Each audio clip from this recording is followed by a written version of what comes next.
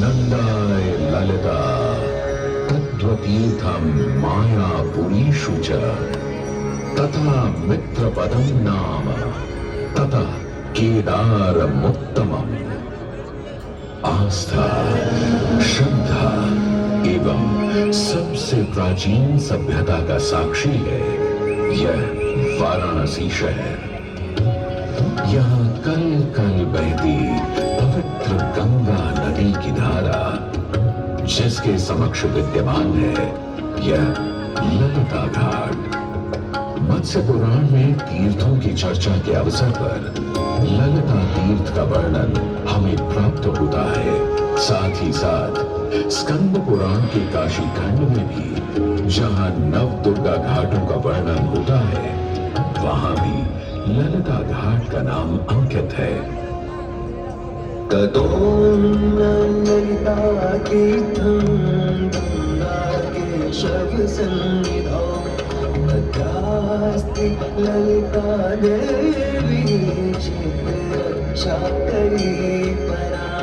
साच पूजा प्रयत्नेन सर्वसंपत् समृद्धये ललिता पूजकानां च जातु विघ्नो न जायते। कृष्ण द्वितीयायां ललितां परिपूज्य वै नारी वा पुरुषो वापि लभते वाञ्छितं पदं। स्नात्वा च ललिता तीर्थे ललितां परिपद्य वै लभेत् सर्वत्र लालित्यं यद्वा तद्वानुलभ्य च। लभेत् सर्वत्र लालित्यं यद्वा तद्वानुलभ्य च। गंगा नदी के तट पर स्थित है ललिता तीर्थ, जहां क्षेत्र रक्षा करने वाली दुर्गा रूपी ललिता गौरी का निवास है, जिनकी सभी श्रद्धालु सर्व प्रकार संपत्ति लाभार्थ पूजा अर्चना करते हैं। इस घाट की सबसे विशेष बात यह है कि यहाँ शिव के साथ शक्ति के दर्शन भी श्रद्धालुओं को मिलते हैं। घाट के ऊपर गली में मां दुर्गा को समर्पित देवी ललिता का मंदिर विद्यमान है। साथ ही साथ यहाँ काष्ठ एवं ईंट से बना राज राजेश्वर मंदिर भी स्थापित है। भगवान शिव को समर्पित काशी में यह मंदिर नेपाल के पशुपति मंदिर का प्रतीक रूप है। वर्तमान में सुशोभित यह ललिता घाट पूर्व में 3 भागों में विभक्त था। दक्षिण दिशा की ओर से चले तो नेपाली घाट, ललिता घाट एवं राज राजेश्वरी घाट। इनका उल्लेख सन 1930 में मोती चंद्र जी ने किया था, जहां नेपाली घाट एवं ललिता घाट के पक्के निर्माण का श्रेय नेपाल के महाराजा बहादुर शाह को जाता है, तो वहीं राज राजेश्वरी घाट के निर्माण का श्रेय सिद्धगिरी जी को जाता है।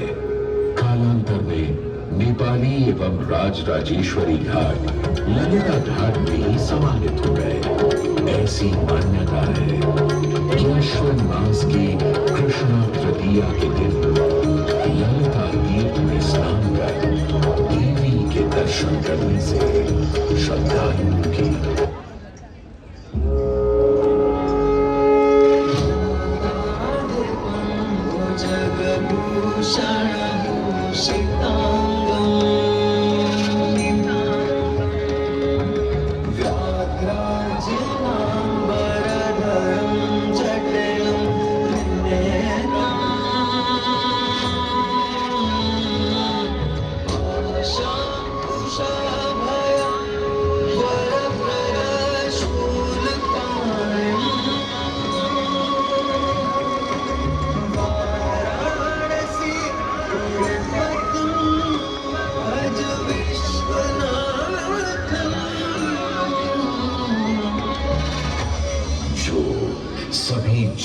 के स्वामी हैं, जो सर्पों को आभूषण के रूप में धारण करते हैं, जो बाघ की खाल को सुशोभित करते हैं। सूर्य, चंद्रमा और अग्नि उनके 3 नेत्र हैं तथा वो जटाधारी है।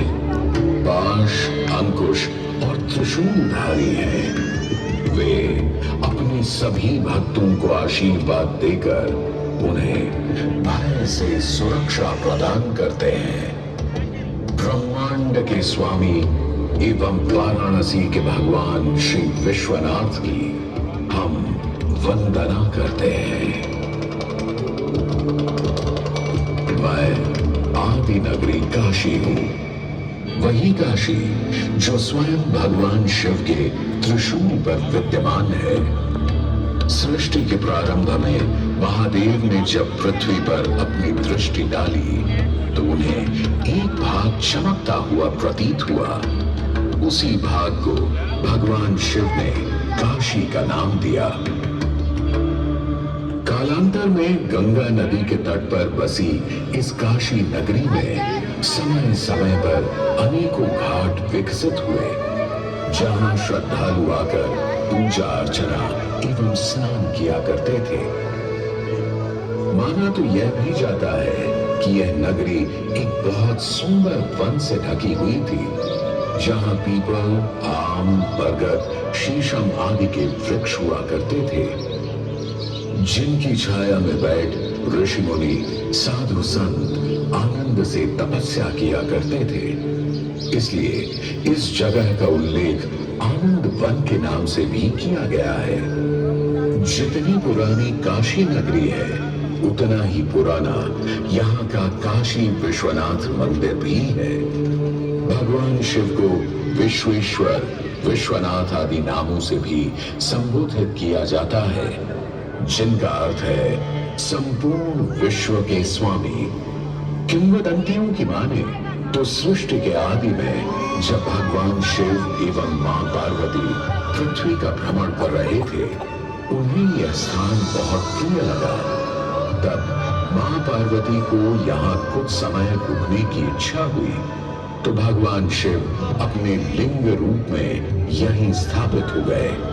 तभी से 12 ज्योतिर्लिंगों में इस मंदिर को विश्वेश्वर मंदिर के नाम से भी जाना जाने लगा, जहां भगवान शिव और माता पार्वती सदैव वास करते हैं। सदियों से इस पवित्र नगरी ने अनेक ऋषि मुनियों, तपस्वियों, धर्म गुरुओं आदि को अपनी ओर आकर्षित किया है। आदि शंकराचार्य एवं मंडन मिश्र ने इसी मंदिर के प्रांगण में बहुत समय व्यतीत किया। समय बदला, दौर बदला, भारत के स्वर्णिम काल पर विदेशी आक्रांताओं की नजर पड़ी, जिसे वे लूटने एवं सनातन संस्कृति को नष्ट करने के उद्देश्य से यहाँ आए। जब प्रथम बार गौरी ने आक्रमण किया, तब पृथ्वीराज चौहान ने उसे पूरी तरह पराजित किया था। अंत में उसने क्षमा मांगी और वचन दिया कि ऐसी गलती दोबारा कभी नहीं होगी। अतः पृथ्वीराज चौहान ने उसे छोड़ दिया। संभवतः यह एक दुर्भाग्यपूर्ण निर्णय था, क्योंकि अंततः गौरी ने पृथ्वीराज चौहान को धोखे से हराया। तत्पश्चात उनके साथ बहुत बुरा व्यवहार किया तथा उनकी दोनों आंखें भी निकाल दी। पृथ्वीराज की मृत्यु के उपरांत हिंदुओं का मनोबल कमजोर पड़ गया, जिसके परिणाम स्वरूप आतताइयों ने अन्य मंदिरों के साथ साथ विश्वनाथ मंदिर को भी क्षति पहुंचाई। यह ऐसा काला दौर था जिसके स्मरण करने मात्र से आंखें नम पड़ जाती हैं। परंतु समय सदा एक सा नहीं रहता और दुख के ये बादल भी सुख में बदलने वाले थे। एक धार्मिक सम्मेलन में राजा टोडरमल की भेंट नारायण भट्ट से हुई। नारायण भट्ट एक बहुत धनी व्यक्ति थे।